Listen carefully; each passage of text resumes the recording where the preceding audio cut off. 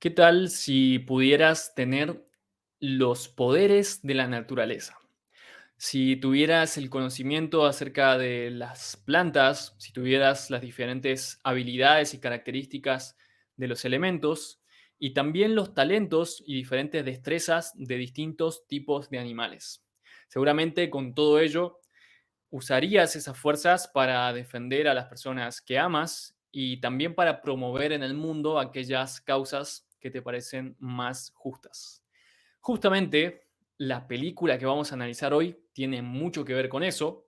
Vamos a explorar 5 aprendizajes espirituales que podemos extraer de esta gran historia para usarla a favor de nuestras vidas. Hoy en Películas y Espiritualidad en Shine Studios analizamos Pantera Negra. But in the process of doubting, you clear the brain of all its stupidities, its superstitions, its illusions. Camera speed. Sound production, take one.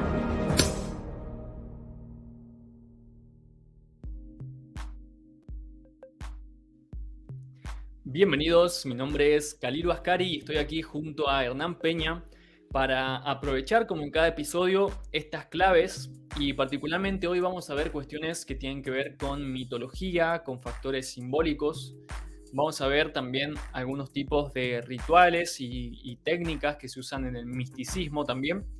Y también desde la filosofía vamos a ver qué tipo de cosas podemos aprender de esta historia para nuestras propias vidas. Así que, Hernán, me gustaría saber cómo estás y si nos quieres contar brevemente de qué se trata esta película, por si aún no la han visto. Con este breve relato van a estar en condiciones de aprovechar muy bien esta historia. Hola acá, hola a todos. Bien, y también gustosamente revisitando esta película, habiéndose estrenado recientemente también su segunda parte, en esta ocasión analizar estos aprendizajes de espiritualidad y de misticismo, de psicología, como bien, y luego también de la secuela. Y en este caso, Pantera Negra, la 1, la primera de ellas, pues nos cuenta la historia del reino de Wakanda, que aparentemente es un país pobre, no civilizado, sin acceso a tecnología avanzada, sin comerciar con los demás países. Y así presenta también una mitología muy interesante, ya del comienzo de la película, y en realidad eso es tan solo una fachada, y que ellos en sí, secretamente, oculto a la vista y al conocimiento y las demás personas en el mundo, ellos sí tienen acceso a tecnología muy avanzada gracias a un recurso en su territorio, que es el vibranium. Y específicamente cuentan aquí la historia del hijo del fallecido rey T'Challa. En este caso, este hijo se llama T'Challa, y que asciende al trono de Wakanda, se convierte en la Pantera Negra, especie de protector de esas tribus que conforman a la nación de Wakanda, y descubre grandes desafíos en ese proceso al descubrir historias que cedían a su familia, específicamente a su padre, el anterior rey de Wakanda, y a través de cuestión de aspectos no resueltos y esos desafíos se ve enfrentado a lo mismo, la respuesta que puede poner en jaque no solo la organización dentro de Wakanda, sino de todo el mundo, ya que podríamos decir en algún punto enemigos del pasado o mismos otros representantes de otras maneras de organizar o de que ocurren tanto en Wakanda como en el mundo, ciertas injusticias o maneras de organizarse socio, etc., vienen a enfrentar y a reclamar inclusive el trono, el mando de Wakanda, manera de interrelacionarse con el mundo, lo cual, como verán de antemano, plantea una interesante premisa, también con muchas situaciones y elementos que el día de hoy estaremos analizando. ¿Quieres comenzar compartiendo alguna de ellas? Sí, bueno, cuando inicia la película, en una de las primeras escenas y explicación también de su universo, se nos cuenta que al inicio habían diversas tribus que estaban enfrentadas y en medio de esa gran batalla cayó un gran meteorito, un gran cometa a la Tierra, específicamente en el lugar donde ellos estaban. Esta cuestión es una cuestión que ha acontecido realmente en varias ocasiones en la historia de la humanidad. Por eso también el tema de los meteoritos ha sido considerado en muchas culturas como un tema sagrado. Se consideraban que esas cosas que caían del cielo realmente nos traían alguna clase de mensajes de los dioses o alguna clase de poder, alguna clase de habilidades también. Y por lo tanto, esas grandes rocas que cayeron se les atribuían poderes mágicos.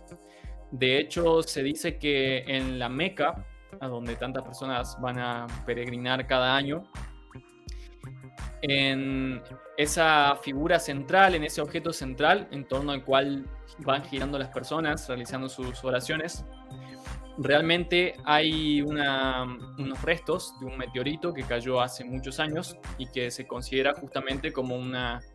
representación del vínculo y la conexión de Dios con los seres humanos. Entonces aquí ya podemos ver una primera señal aquí simbólica que se presenta en la película, que nos va a mostrar que hay muchas cosas que tienen que ver con la divinidad y con la activación de los poderes de este superhéroe. Si bien en otros capítulos ya hemos analizado que muchos superhéroes representan cuestiones mitológicas y cuestiones simbólicas muy profundas, en esta película en particular se muestra cómo estas fuerzas de la naturaleza nos pueden ayudar a través de ritos iniciáticos y de un camino espiritual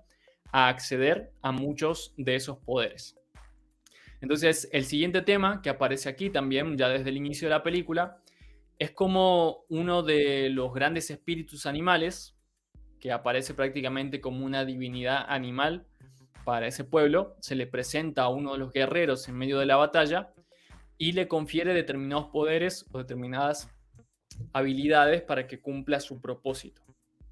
Esto también ha pasado en varias oportunidades en la historia de la humanidad. Sobre todo podemos recordar la ocasión que, según se comenta en la historia, en la cual el emperador Constantino estaba también en medio de una batalla en el antiguo Imperio Romano, y según él dice, en medio de la batalla también tuvo una visión en los cielos en donde aparecía una representación de Dios. Entonces él tomó esa señal como una clave de que él debía convertirse al cristianismo y que Dios iba a estar a favor también de sus batallas, de sus misiones también, y que por lo tanto él le iba a retribuir eso a Dios, generando o más bien fortaleciendo lo que se conoce hoy en día como el cristianismo. Entonces aquí ya vemos correspondencias entre diversas leyendas que existen en muchas culturas y también relatos un poco legendarios y un poco históricos que han acontecido en muchos casos. Por lo cual no es raro que en la película aparezcan este tipo de representaciones que también existían en antiguas culturas. Este tema de los espíritus animales se relata en muchas culturas, sobre todo aborígenes de diversas partes del mundo, donde los integrantes de la cultura se van organizando en diversos clanes, en diversas familias y grupos, y muchos de ellos dicen tener espíritus animales que custodian ese grupo, que les cuidan y les brindan también determinadas características diferenciales. Entonces, muchos de ellos son llamados animales de poder. También en algunas culturas se les llama tótems. Y directamente todo ese clan o todo ese grupo se identifica en base a esos símbolos de ese tipo de animales. También en algunas culturas, según las características de la personalidad de la persona, digamos, en cuestión, se le atribuye un nombre que tiene que ver con alguna característica animal o de la naturaleza en general. Por ejemplo, estaba el famoso cacique toro sentado,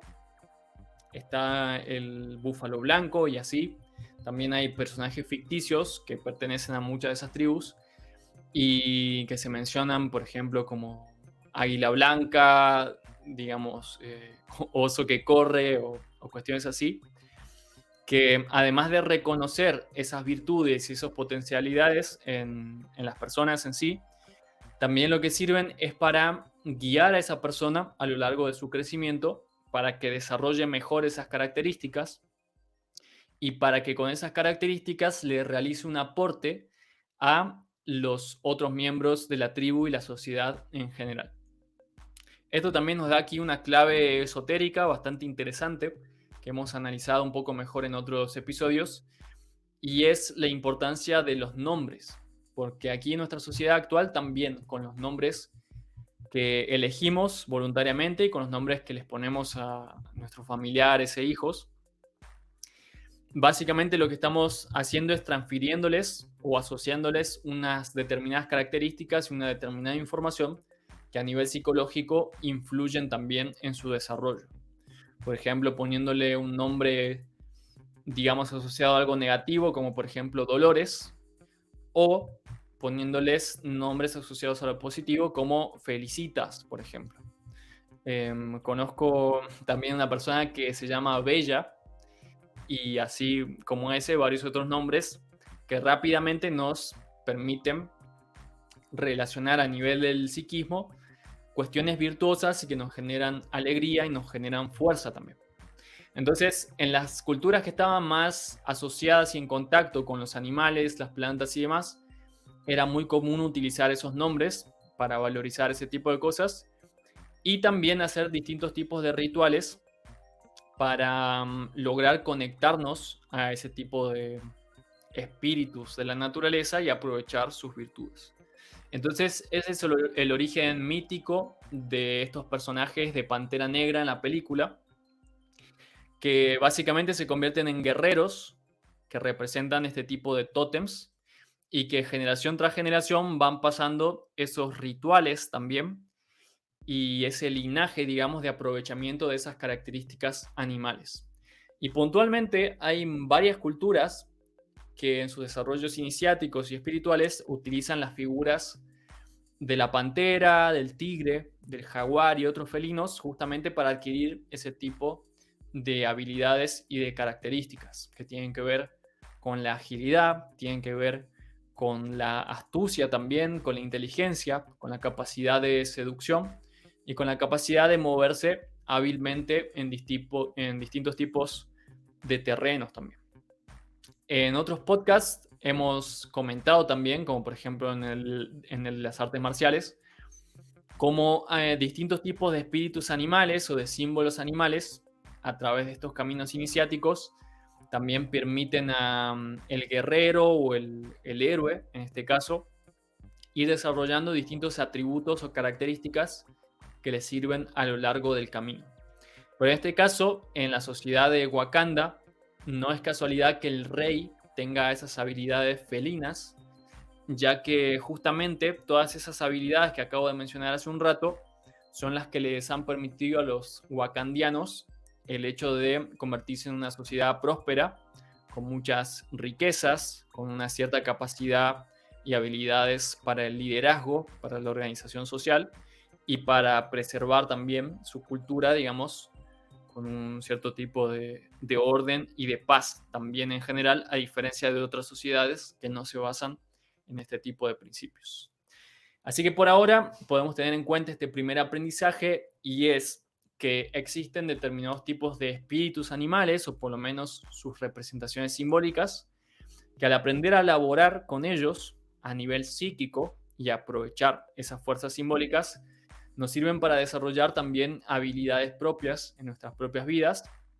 que nos sirven tanto para las cuestiones particulares que hagamos en el día a día, como también para el desarrollo espiritual y social en general. Hernán, ¿tienes algún otro aprendizaje que quieras comentar? Sí, y tiene que ver también con lo que has mencionado recién, y es respecto a estas cuestiones que presentan, por ejemplo, los animales en distintas culturas, por ejemplo, como bien describías, las chamánicas, a través de los felinos, de los reptiles, otro tipo de también representaciones, las aves, etc. Y algo que me pareció interesante para mencionar al respecto es que cada uno de ellos se los puede metodizar a través de cada una de las mitologías de estas culturas, las iban describiendo como arquetipos justamente de representaciones, podríamos decir perspectivas que forman parte de nuestro psiquismo y de nuestra en la que nos vinculamos con cada una de las cosas que nos van ocurriendo día a día, en cada circunstancia, en cada momento. Y del mismo modo podemos encontrar este aspecto principalmente distinguido en cuatro etapas, podríamos decir instancias o circunstancias, en las que se organiza nuestra mente en un elemento que ya hemos mencionado también en anteriores programas, que se conoce como atractores. Justamente un elemento que la capacidad, justamente por la atención, el valor que tiene en el sistema, de organizar todos los otros suyo. Y cada uno de estas instancias de nuestra mente tiene un orden específico, también podremos ahondar en mayor detalle, más a saber y sintéticamente, y de seguro que lo reconocerán también las podemos identificar a través de algunas preguntas o consideraciones que humanamente surge recurrentemente. Por ejemplo, ¿qué es lo que es posible o no? ¿Qué es lo que podemos hacer o lo que no podemos hacer?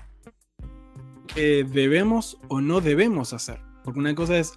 tener la capacidad de o no tener. Otra cosa respecto al deber, que ya es una especie de un mandato, podríamos decir, o interpretar, por ejemplo.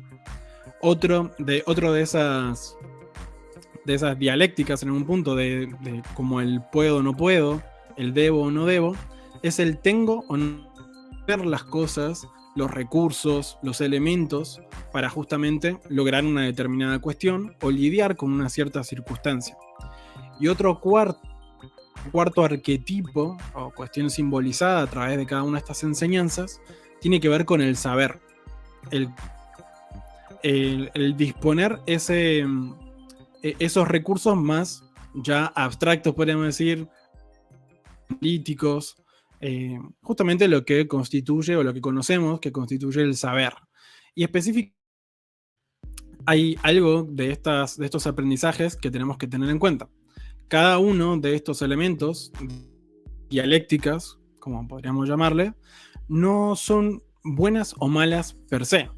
Cada una de ellas brindan las herramientas y las claves para resolver ciertas circunstancias, más también tenemos que, esto nos advierte en estas enseñanzas, estas culturas, a prestar atención también en analizar coherentemente cada una de las situaciones, ya que en ocasiones esos elementos, el saber o no tener, etc., pueden hacernos obstáculo en aquella situación para resolverla. En ejemplo, podríamos analizar muchas cosas de la película y en respecto a la manera de gestionar cada por los wakandianos, y uno de ellos tiene que ver con el hecho de tener a su disposición, aprovechar recursos como el vibranium. Y algo que aparentemente, según les debería traer prosperidad y la resolución a todos sus conflictos, sin embargo, ya desde el inicio, en realidad, nos muestra cómo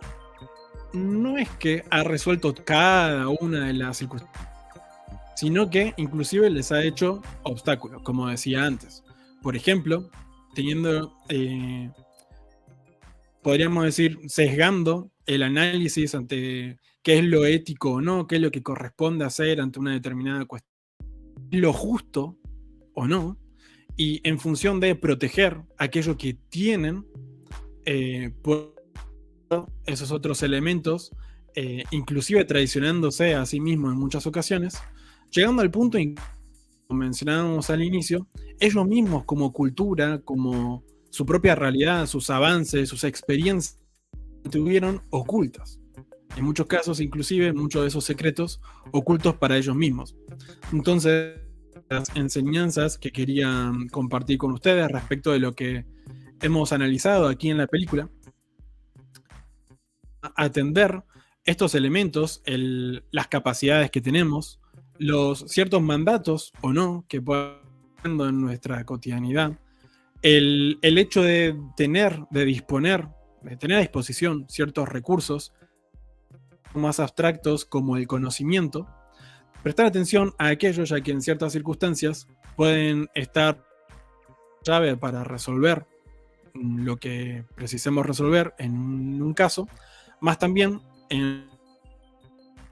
solo por ello algo va a estar resolviéndose, ya que en muchos otros casos pueden estar siendo limitantes, como mencionaba recién, por ciertas creencias que tengamos al respecto, o ya de por sí la manera nuestra de vincular uno de esos elementos. Algo importante de esa perspectiva y que también podemos extraer de la película es que más allá de los elementos en inclusive en nuestras acciones, cada uno de estos elementos vienen supeditados o dados, ya direccionados por cuestiones mucho más profundas, mucho más sutiles, son las que ordenan estas consideraciones. En primera instancia, el propósito, las cuestiones que cada clarificado para consigo mismo, qué es lo que quiere lograr, qué es lo que nos decimos a nosotros mismos respecto a lo que queremos lograr, lo que asumimos en cada uno de esos contextos, y así sucesivamente, habilitando otros niveles de experiencias que van a facilitar, propiciar o no, también, la resolución, como decía yo, que quieras resolver, o inclusive lograr tus propios sueños, aquello que te hayas propuesto, si es que has atendido ese de la creación, de la generación, de la materialización de cada una de las cosas que realmente o popularmente describimos, etiquetamos como lo real, la realidad. ¿Aportar al respecto o quizás también alguna otra enseñanza que hayas observado aquí en la película? Sí, se nota que la sociedad de Wakanda es una sociedad que se basa en ritos iniciáticos, como muchas de las antiguas culturas aborígenes,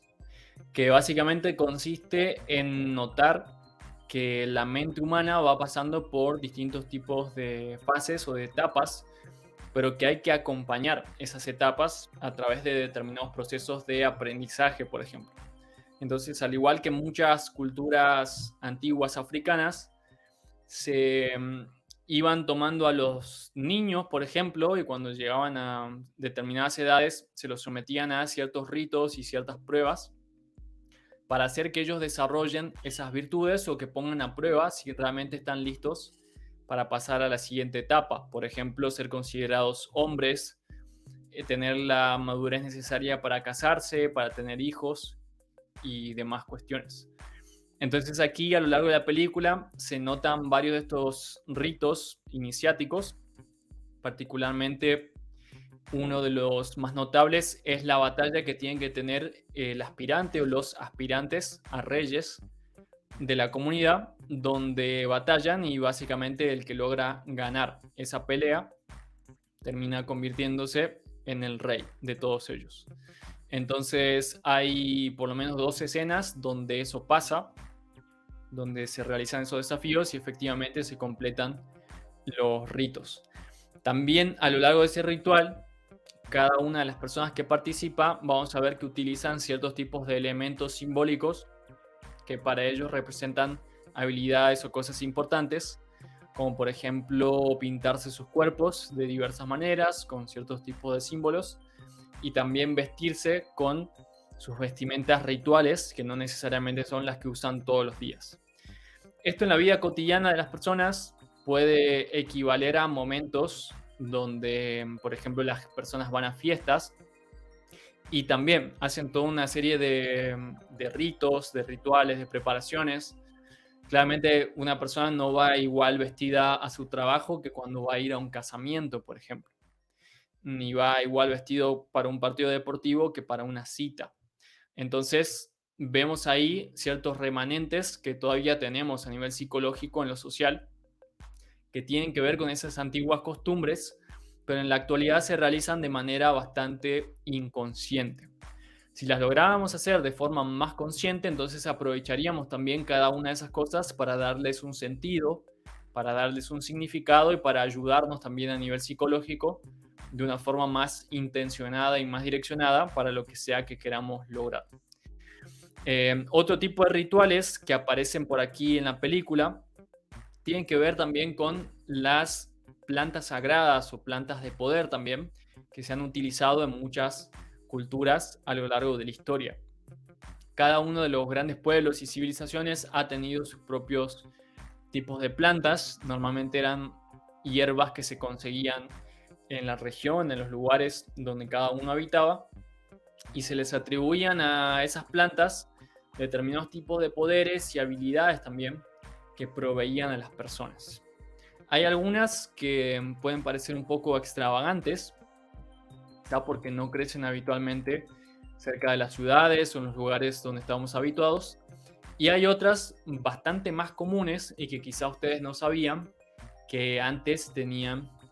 esa consideración especial también. Una consideración y usos religiosos y usos espirituales. Por ejemplo, una de esas plantas que normalmente quizá tienes en tu propia casa o has utilizado varias veces es la albahaca, que se usa normalmente como un condimento, nada más, pero que antes realmente se le daba, sobre todo desde el cristianismo, un significado muy espiritual relacionado con Jesús. Se decía que donde había caído la sangre de Jesús había crecido una de estas plantas, entonces se la usaba para distintos tipos de rituales también cristianos. En la India, una planta muy típica también es la tulsi, que se consideraba que una de las diosas servidoras de Krishna se encarnaba en ese tipo de plantas, y entonces podíamos básicamente incorporar esos poderes divinos consumiendo la planta o utilizándola de diversas formas. Otra planta bastante cercana, que seguramente habrán visto alguna vez, es el muérdago, que en la antigua cultura de los druidas, de los celtas, se utilizaba también para los distintos tipos de rituales en los cambios de épocas. Y una muy común, sobre todo en Oriente, y que está muy asociada a la figura del budismo, es el loto, la flor de loto, que se le atribuye un significado muy espiritual, entre otras cosas,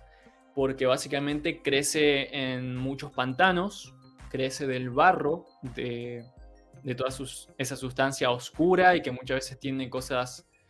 en descomposición, y emerge desde ahí hacia la luz. Sale del barro, sale del agua,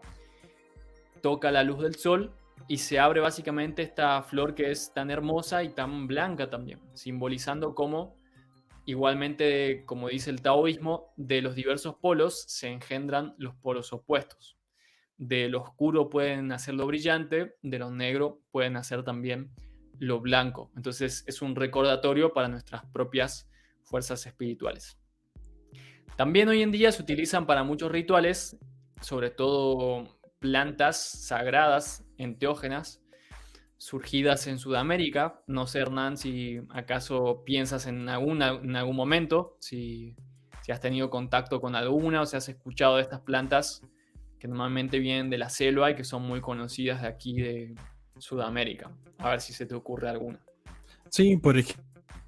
concretamente hay otras más, pero por ejemplo, en este caso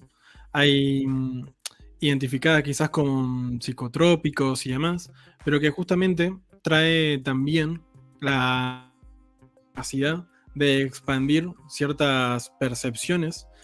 sobre nosotros mismos, sobre el mundo, y sí, personalmente también lo he experimentado, y es importante en cada una de esas ocasiones, algo de lo que está, y es ese propósito con el cual cada uno se vincula con estos elementos naturales, obviamente. Claro, también podemos pensar en una de ellas, que es la marihuana, que hoy en día ya se utiliza bastante en muchas ciudades, pero que sin embargo se usa nada más que como un entretenimiento, una recreación. A lo sumo, algunas pocas personas lo usan por propósitos medicinales, pero que muchas culturas antes la utilizaban solamente en sus rituales religiosos y de desarrollo personal. Así también como el floripondio, como el peyote y varios otros enteógenos más, que muchas veces son mal llamadas plantas alucinógenas y que sin embargo no se limitan sus efectos solamente a eso, sino que realmente permiten hacer que emerjan determinadas cuestiones psíquicas, como por ejemplo traumas, malos recuerdos o problemas también psicológicos que uno tiene que trascender, y permiten facilitar en muchos casos o acelerar o viabilizar esos procesos para afrontar esas cuestiones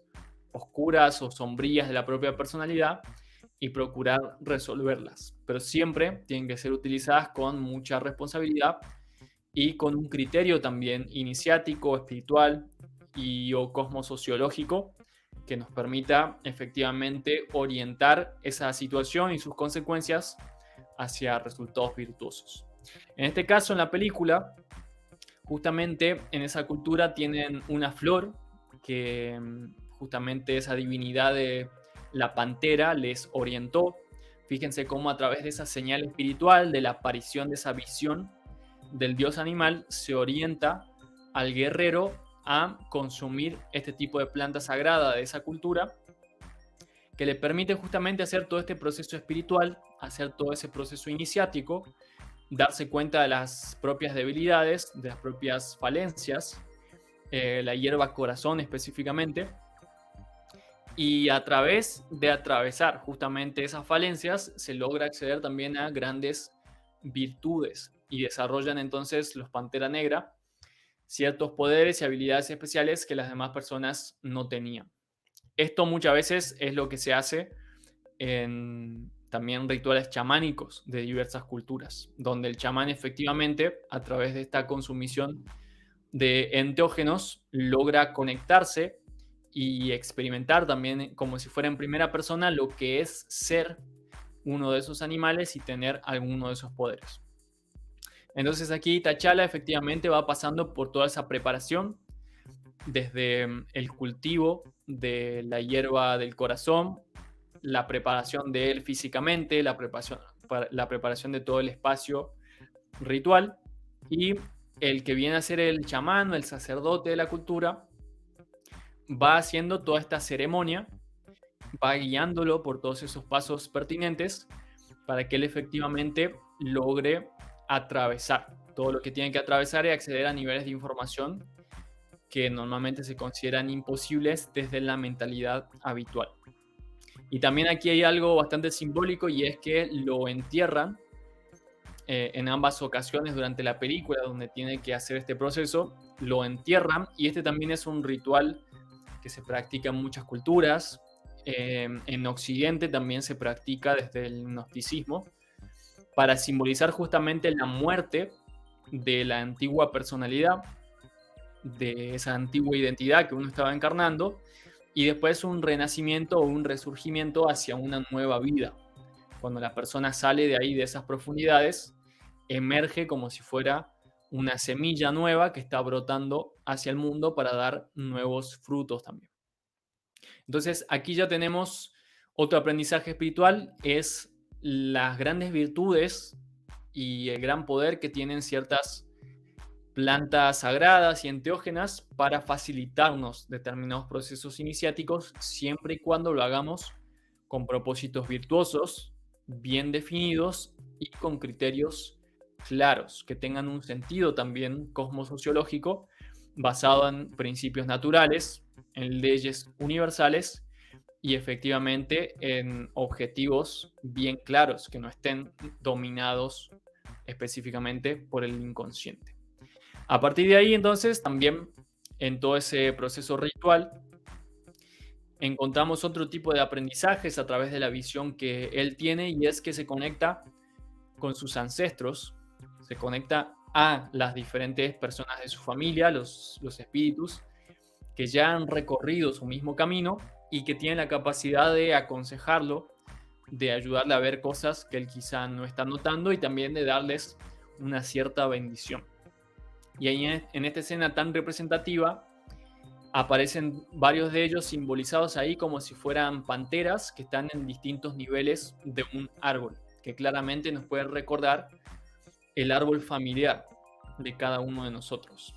En el episodio de este podcast donde hemos hablado de Mi Otra Yo, hemos analizado ya ese tema con unos consteladores familiares invitados que nos han compartido cómo podemos, a través del estudio de nuestros árboles familiares, genealógicos, descubrir muchas cosas del propio psiquismo y también aprovechar sus virtudes, las virtudes de los antepasados, y también lograr hacernos conscientes de sus defectos o las falencias que han cometido y que tenemos que procurar no estar repitiendo de forma inconsciente. Entonces aquí, en resumen, están sintetizadas muchas cuestiones que intervienen realmente en los rituales que se practican desde la antigüedad y hoy en día también, como por ejemplo la utilidad de determinadas herramientas como plantas, como símbolos, como tipos de vestimentas, el sentido de determinados comportamientos, como ese hecho de enterrar a una persona, y también las cuestiones y los tipos de, digamos, procesos psíquicos e internos que se van atravesando para efectivamente hacer esta clase de transformaciones, teniendo en cuenta lo que se llama desde la psicología de Carl Jung el inconsciente colectivo, todo el sistema familiar, como se menciona en las constelaciones familiares, y también lo inconsciente propio, aquellas falencias propias de las cuales debemos darnos cuenta para efectivamente no seguir repitiéndolas y que entonces el nuevo proceso después del ritual sea efectivamente una vida nueva, diferente y mejor. Hernán, ¿algo más que quieras comentar? Sí, que efectivamente algo que en esa escena, o en ambas escenas, T'Challa habla con su padre, algo que me generó también como una reflexión respecto a educación, ya que hablan también en uno de esos primeros diálogos en cuanto a si había él como padre logrado efectivamente su propósito como tal, si le había preparado para trascender también ciertas cuestiones, como puede ser puntualmente él haya desencarnado. Y etimológicamente la palabra educativa en ese aspecto es muy interesante porque podríamos decir que poco tiene que ver la percepción más generalizada y popular del concepto de educar, que aparentemente suele estar generalizado o sintetizado con el simple hecho de sumar o agregar cosas, conceptos a la mente y procurar que eso se organice de una manera integral y funcional, simplemente, sin direccionalidad. Más, en cambio, la palabra educación o el propio verbo educar, lo que significa etimológicamente una preparación, podríamos decir, una guía muy intensa y proactiva para que una determinada persona, aquel que está siendo educado, tenga los recursos, o mejor dicho, las referencias más congruentes, más eficientes, para luego los límites, los desafíos preestablecidos y lograr ir más allá, logrando lo que se proponga, no simplemente ir hacia allí y rebotar y regresar y reiterar patrones quizás viciosos, o poco virtuosos. Y desde esa perspectiva, en el primero de esos diálogos que tiene T'Challa con su padre, justamente se nota cómo está esa cuestión que se ha ido transmitiendo generación tras generación respecto a proteger a Wakanda. Mismo T'Challa es que le dé un consejo respecto a cómo proteger a su nación, su pueblo. Una gran pregunta que nos podríamos hacer, proteger si alguien se está protegiendo es porque de antemano, como premisa, hay alguien que está, o alguien o algo que está atacando, ¿cierto? Así que fíjense también cómo en las propias elementos tan importantes para analizar, podemos ya ir vislumbrando ciertos patrones y que tanto el padre estaban perpetuando también ese modo de ver y de entender las cosas y por ende de actuar, de reaccionar ante cada circunstancia. Y luego de lo que se ha ido sucediendo a lo largo de toda la película, como por ejemplo este renacer a través de distintas circunstancias que T'Challa tiene, al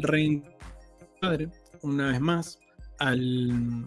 experimentar con la hierba corazón, justamente aquí le enfrenta T'Challa a su padre, preguntándole o solicitando ciertas respecto a lo que ahora sí él ha reconocido como aquella falla que sus anteriores generaciones, no solo su padre, había estado reincidiendo en la consideración. Y desde esa perspectiva, T'Challa logró ser educado, podríamos decir, o educarse a sí mismo al comprender y no luchar ya, o no protegerse, o no entender que hay algo externo, hacer daño, y contra lo cual tiene que estar luchando, sino que más bien esa mismo arquetipo de los cuales estuvimos hablando hoy, y en otros programas también, por cierto, que esa lucha o ese combate, ese guerrero, más bien es interior. Es a detectar qué cuestiones, qué patrones uno mismo o a lo largo de la... por ejemplo, de T'Challa, pero también para cada uno de nosotros en nuestras vidas, hemos estado perpetuando, tomando como válidas, marcando ciertos rumbos y límites también, qué cosas sí, qué cosas no, también aprovechando de aquellas dialécticas, y por ende poniéndole un tope a nuestro propio crecimiento, facilitando, propiciando las mejores vías para ello. Y en relación a esta cuestión, una de las grandes también cuestiones que realiza T'Challa tiene que ver con el análisis de estas cuestiones que tan importantes a lo largo de la película, como lo son la lealtad o las traiciones que se ocurren. Y también es muy interesante el análisis cómo, según cada uno, según cómo ha informado a su mente, desde qué punto de vista está analizando cada circunstancia, la acción de una determinada persona puede ser vista por otro como una traición, cuando para el otro quizás es justa. Por ejemplo, ante las injusticias del mundo, el hermano del anterior rey, del padre había estado extrayendo, robando en depósitos de vibranium para compartirlo con justamente para combatir ciertas injusticias o lo que a sus ojos eran injusticias. Y así, numerosas otras. Mismo en Wakanda, cuando llega el nuevo retador al trono, guardia del rey, los Dora Milaje, justamente dicen: yo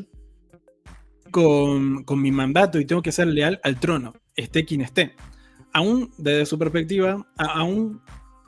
que haya una circunstancia en la cual era una injusticia lo que estaba ocurriendo. Algo muy curioso, y en lo cual cada uno de los personajes también se ha visto en esas situaciones, y tenido que sopesar también qué cuestiones o cuáles eran las referencias más correctas o convenientes para analizar cada uno de esos hechos que se iban sucediendo. Y en la antigüedad, por ejemplo, a saber, quienes han descrito un cierto, podríamos, de hecho,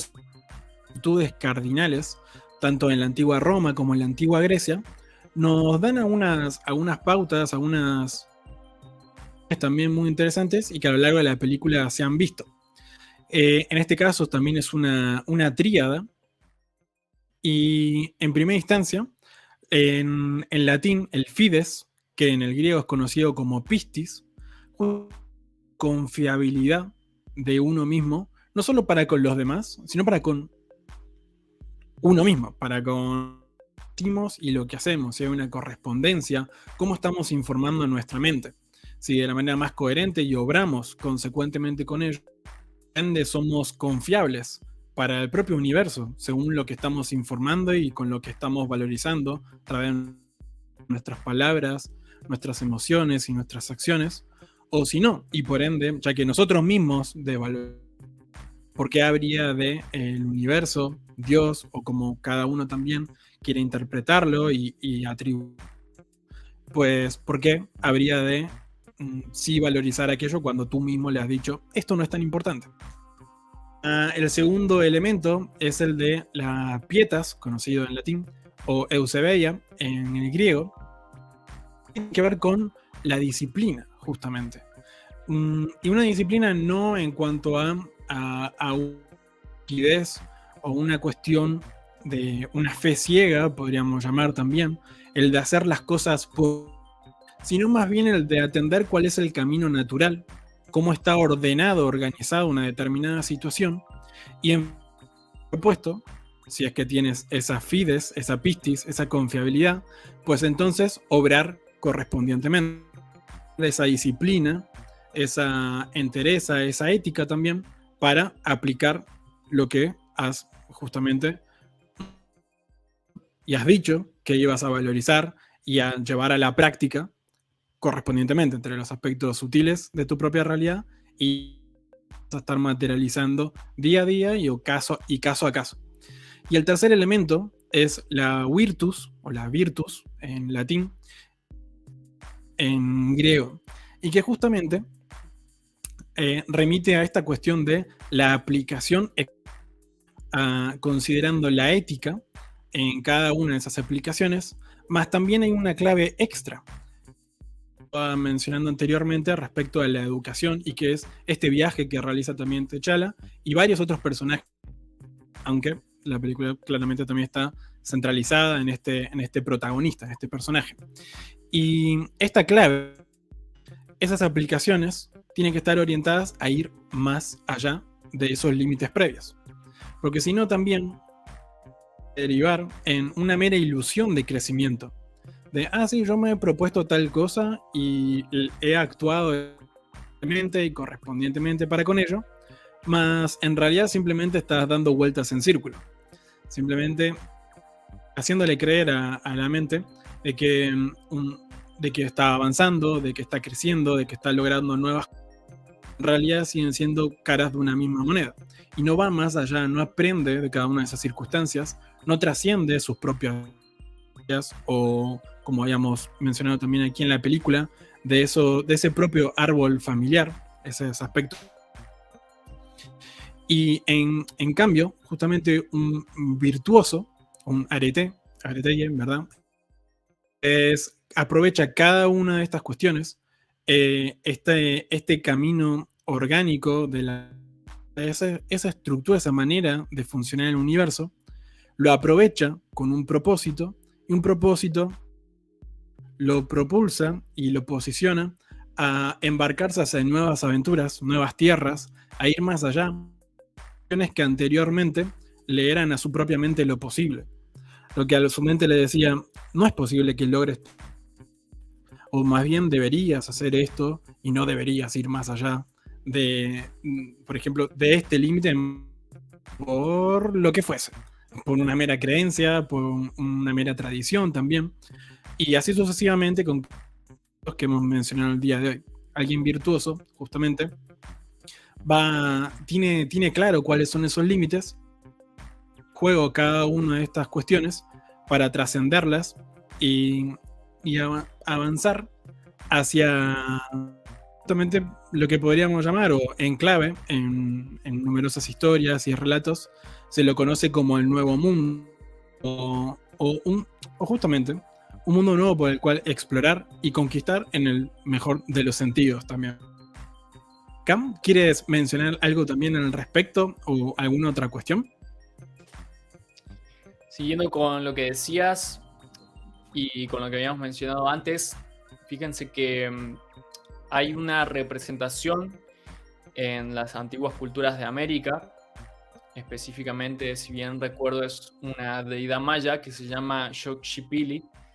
que representa a un príncipe que está todo el tiempo, cada momento de su día, en un estado permanente de, podemos decir, trance o éxtasis, que es producto de esta consumición y de este aprovechamiento de las fuerzas de la naturaleza, específicamente de haber tomado plantas sagradas, plantas enteógenas. Lo cual coincide también con T'Challa y con el caso de ser rey y de ser gobernante, y recuerda la importancia de estar permanentemente en ese estado de digamos, claridad que brinda esa fusión con las fuerzas de la naturaleza. Que no se trata solamente de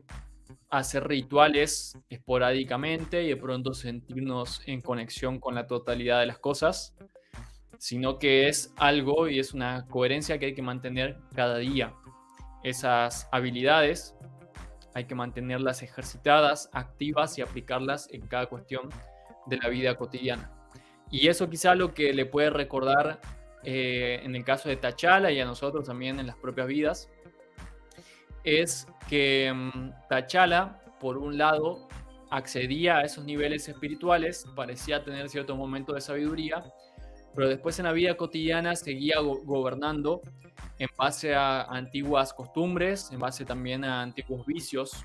Seguía manteniendo ciertas cosas que parecían no tener mucho sentido, como el hecho de mantener a Wakanda aislada del resto de la sociedad, por estar permanentemente desconfiando del resto de los seres humanos o de las otras sociedades, o desconfiando del uso también que las personas les pueden dar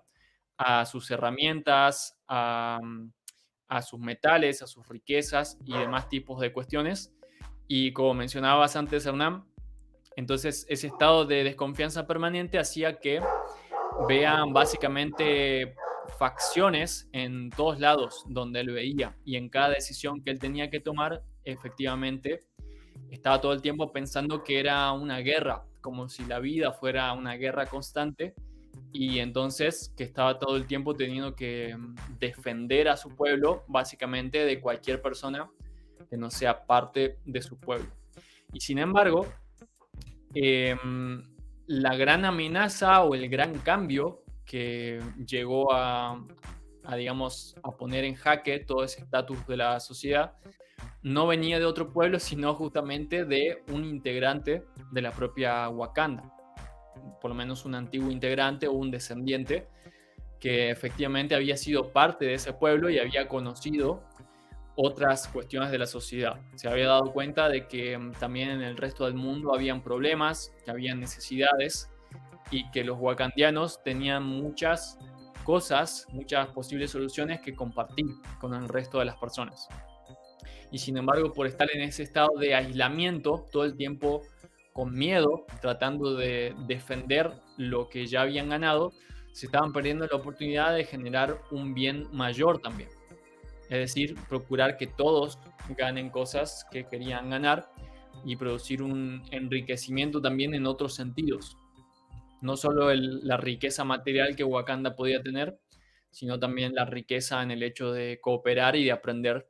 también unos de otros. Entonces, ese tipo de patrones se ha visto también por dos polos en diversas culturas en la historia de la humanidad.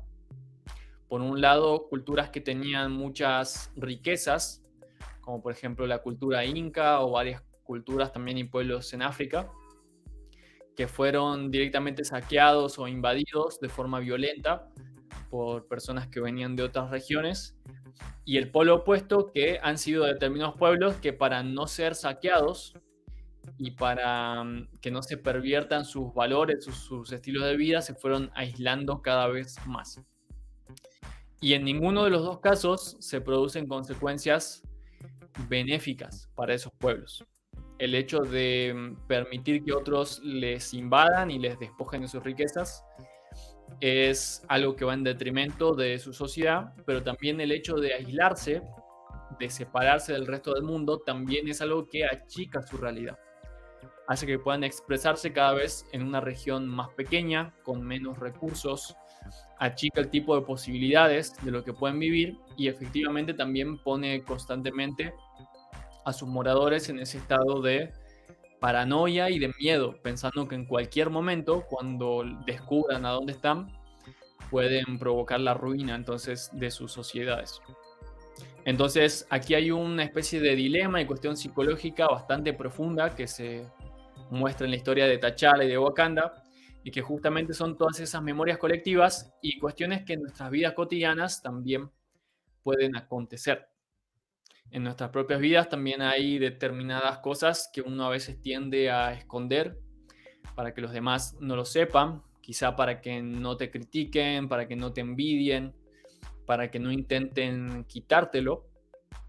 Y entonces eso hace que vivas escondido o que vivas reprimiendo cuestiones y no aprovechando ni disfrutando de la realidad en general. O personas que se confían también demasiado en lugares donde no deberían estar, digamos, confiados, o por lo menos deberían estar más atentos, y que por ser demasiado confiados o inclusive descuidados con respecto a lo que tienen y a lo que están haciendo, efectivamente propician que otras personas y otras partes del sistema abusen en cierta forma de esas cuestiones propias. Entonces, un equilibrio a lograr es efectivamente no aislarse cuando uno considera que tiene algo valioso, pero tampoco, digamos, dejar todo librado al azar o a las conveniencias de los demás, sino aprender a poner límites en la justa medida, en un cierto equilibrio, aprender a hacer acuerdos, que es justamente una de las virtudes que se muestran iniciáticamente con el arquetipo del felino, en este caso de las panteras. El hecho de aprender a negociar, a acordar cosas con los demás, a plantear cuáles son las propias necesidades y deseos y entender las necesidades y deseos de los otros, y a través de eso encontrar maneras en las cuales nos podemos complementar, nos podemos ayudar y nos podemos fortalecer también mutuamente,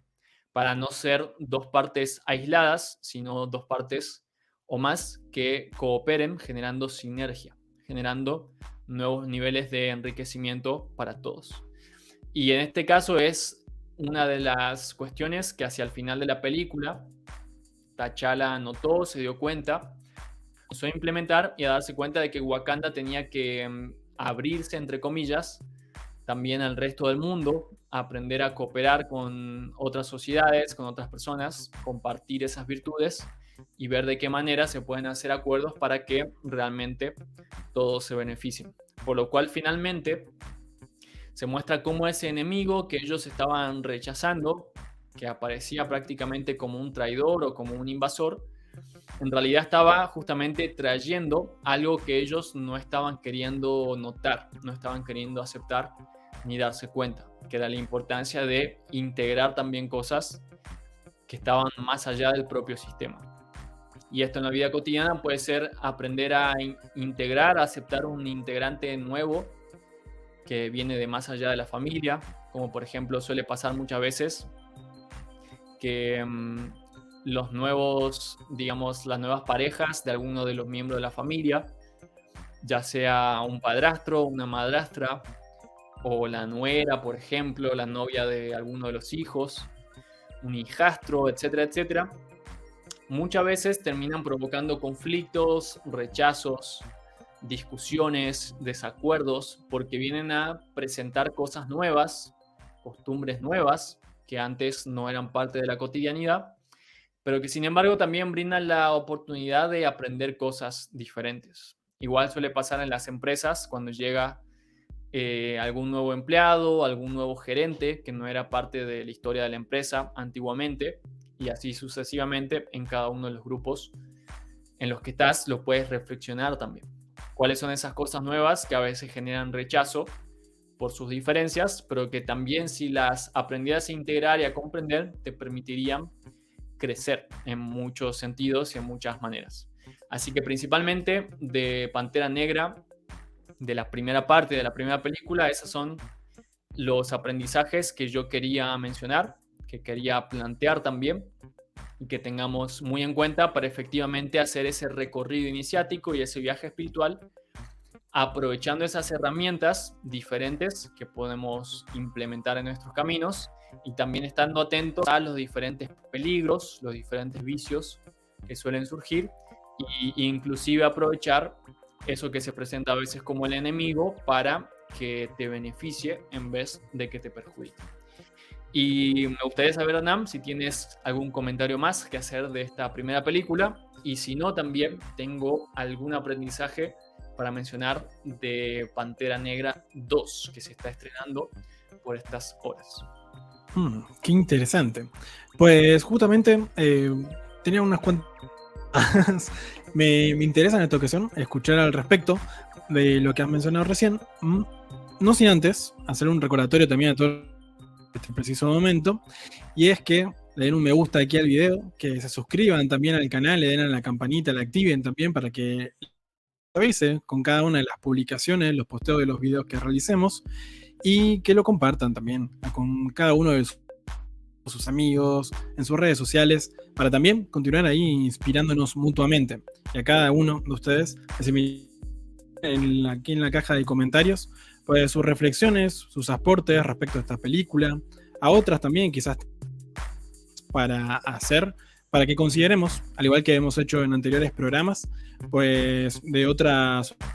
series que sean de su interés y que les parezca que son valiosas e interesantes para analizar justamente estos aprendizajes, estas lecciones de espiritualidad, de metafísica, de mitología, de psicología, para aprovechar en nuestras propias vidas. Y también les recuerdo que nos sigan en la fanpage de Facebook, donde también nos encuentran como Jain. Y ahora sí, Cam, ¿qué quieres compartirnos como adelanto en algún punto respecto a esta segunda parte de Pantera Negra? Bueno, en esta segunda parte de la historia se introducen nuevos personajes. También creo que todos los que estén familiarizados ya con los integrantes de la película, los actores y demás, sabrán que el protagonista, el actor Chadwick Boseman, que interpreta a T'Challa y al Pantera Negra original, ha fallecido hace un tiempo. Entonces claramente en la nueva película de alguna manera iba a ser sustituido por alguien nuevo, una nueva persona que interprete a ese personaje, y también con nuevos, digamos, villanos y nuevos otros personajes que intervienen en la historia, y uno de ellos es conocido como Namor, que es un personaje bastante conocido en los cómics de Marvel, que básicamente es el arquetipo, el mismo tipo de arquetipo que representa Aquaman. Es una persona que tiene el manejo de habilidades de ciertos elementos de la naturaleza, como por ejemplo el agua, el viento también, entre algunas otras, y que recuerda los poderes de la mitología de Poseidón, por ejemplo, que es uno de los dioses del Olimpo, que básicamente es el rey de los mares, que puede comunicarse telepáticamente con diferentes tipos de criaturas, al igual que Namor en este caso, y que maneja también una cierta conexión con los poderes de la tierra. Muchas veces se representa a Poseidón como el esposo de la tierra, y que normalmente cuando se conecta con la tierra es para dar alguna clase de mensaje también, ya sea a través de cataclismos o de otras maneras. Entonces aquí básicamente se nos está presentando una figura mitológica que nos habla de este arquetipo de controlar las profundidades, que a nivel psicológico representan al inconsciente, por ejemplo, como cuando uno aprende a manejar su propio inconsciente, puede manejar ciertas fuerzas muy profundas del universo que pueden tener poderes muy destructivos, pero también poderes muy constructivos. De hecho, en muchas mitologías se habla que desde los mares es que ha surgido la vida, inclusive desde las ciencias, también desde la biología. Se considera que la vida en el planeta Tierra fue surgiendo por organismos que evolucionaron a partir de los mares. Entonces, hay ahí un gran potencial en el manejo de lo profundo, en el manejo de lo inconsciente, pero también, como habíamos visto antes, cuando uno no se apropia de lo inconsciente y no hace el camino iniciático de la forma pertinente, esas cosas que quedan ahí reprimidas y que quedan sin concientizar vuelven con fuerza y muchas veces generan lo que percibimos como problemas directamente. Por eso es que en las mitologías de muchas culturas realmente había alguna clase de personaje que simbolizaba ese tipo de cosas. También en la cultura azteca estaba el personaje de Quetzalcóatl, que tenía el poder del manejo del agua, de las lluvias, de los vientos, y se le atribuía la habilidad de volar, justo como Namor también, en este caso, en Pantera Negra 2. Y también en la cultura maya estaba el dios Chaak, que era el dios de los mares también, el dios del agua en general y de las lluvias. Entonces, básicamente lo que nos está hablando esta segunda parte de Pantera Negra es lo que pasa cuando las personas en las que confiábamos que sean nuestros salvadores, una figura de la que hemos hablado ya en varios podcasts, cuando confías en que alguien te va a salvar, que va a traerte toda la solución de tus problemas, eso normalmente produce malos resultados porque nadie en tu vida tiene el poder de cambiar lo que tú no cambies desde tu propia mente y desde tu propio interior. La base del camino espiritual es justamente no estar dependiendo de otros para que nos rescaten de las cosas, sino tomar nuestras propias decisiones y generar nuestro propio poder también, nuestras propias habilidades. Entonces, en esta segunda parte, los integrantes de Wakanda van a tener que sacar a relucir sus propias fortalezas cuando su rey ya no esté más. Van a tener que hacer una maduración también, dejar de depender de esa figura paterna o paternal, digamos, dejar de ser una sociedad paternalista y justamente ver qué cada uno puede hacer ante esas dificultades y esos problemas que emergen desde las profundidades. En este caso, simbólicamente, desde la profundidad del mar,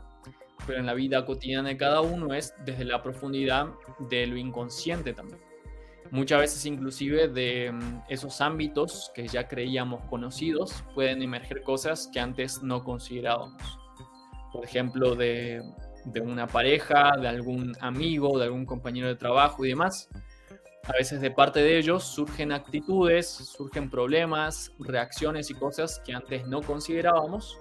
y que justamente por estar tan confiados en que ya sabíamos lo que iba a pasar, nos pueden tomar por sorpresa. Entonces, esta segunda parte, siendo sintéticos y resumidos, nos viene a recordar la importancia de no confiar ciegamente en otras personas, ni en otras cosas, ni en cierto estado de las situaciones, sino estar siempre atentos. Este proceso iniciático es constante, es de momento en momento y es de uno en uno también. Siempre cada uno revisando sus propias falencias, sus propias habilidades, su propia mente y asegurándose de estar haciendo lo que a cada uno le corresponde para que su propia vida y para que la sociedad en general funcione de la manera correcta. Hernán, ¿algo más que quieras mencionar o quizá alguna conclusión final para este programa?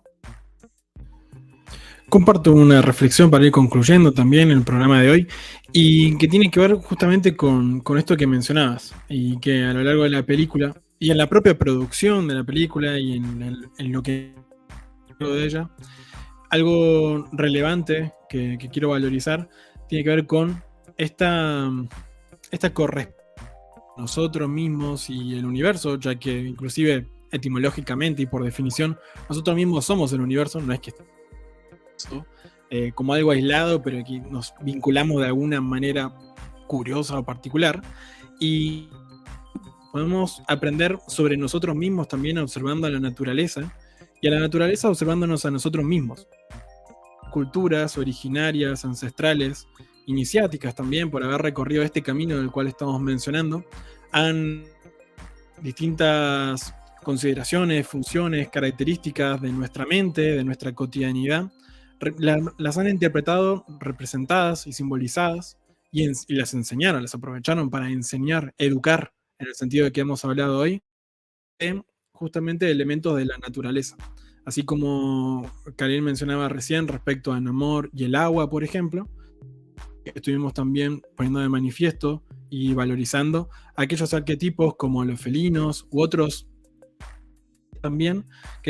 con cuyas características nos reflejan distintos aspectos de nosotros mismos y por lo cual es a ese camino de autoconocimiento y de aprovechamiento virtuoso de esos aspectos éticos o más allá de esos límites preestablecidos, ya sea que nosotros mismos e inconscientemente nos hayamos impuesto o que, además, inconscientemente pues hayamos tomado como válidos también por quizás arbitrariedad nuestro grupo social, de nuestras naciones,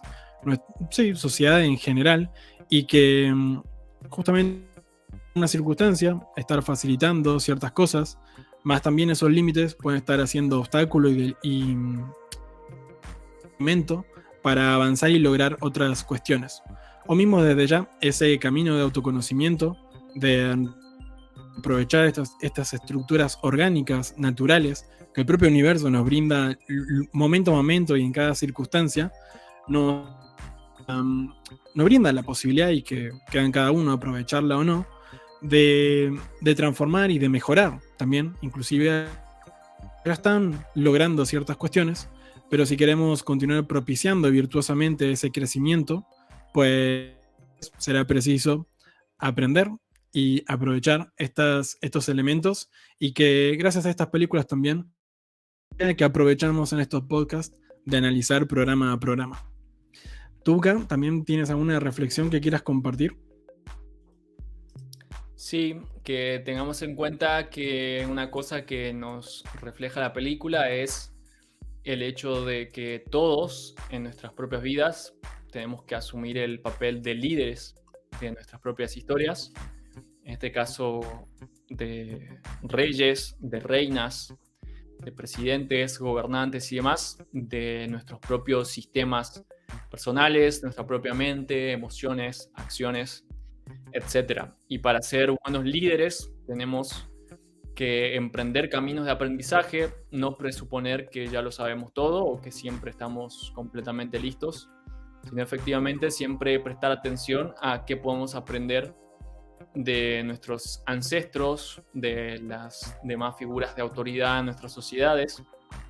de nuestros propios pasados e inclusive de esas personas que aparecen como enemigos, como adversarios o circunstancias inclusive que nos pueden presentar cuestiones dificultosas o desagradables también.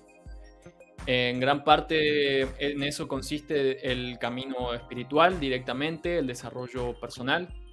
y esa conciencia y ese criterio nos van a permitir aprovechar todas las herramientas que estén disponibles en nuestras culturas, ya sean herramientas como medicinas, como plantas, como objetos materiales concretos. Pueden ser herramientas psicológicas también, como determinadas teorías, determinadas técnicas también que pueden estar disponibles, o también herramientas y recursos que pueden venir de parte de la propia sociedad, de nuestras relaciones, de fortalecer nuestros vínculos y de aprovechar también esas diferencias que están a nuestro alrededor para generar nuevos y mejores crecimientos. De esa manera vamos a ser efectivamente líderes responsables de nuestras propias vidas y vamos a asegurarnos de que también cada persona que tome contacto con nosotros y cada ser en general, inclusive plantas, animales y el universo en general, estén vinculándose en armonía, logrando la mayor virtud para todos y la menor cantidad de perjuicios. Es un gran desafío, es un camino que a veces puede ser difícil, pero lo importante es el compromiso, decidir que eso es lo que queremos hacer y dirigirnos con constancia hacia esa cuestión. Por lo pronto, en eso estamos a través del análisis de películas. Ojalá que les haya servido también el capítulo de hoy para reflexionar acerca de algunas cosas. Ya saben, nos encanta que nos sugieran películas también para analizar, así que si tienes alguna película favorita que quieres que analicemos desde esta perspectiva espiritual, te leemos en los comentarios. Por lo pronto, te aguardamos la próxima semana para analizar la próxima historia, que ya veremos cuál será. Abrazos grandes para todos, gracias por acompañarnos y nos vemos la próxima. Chau, chau. Chao.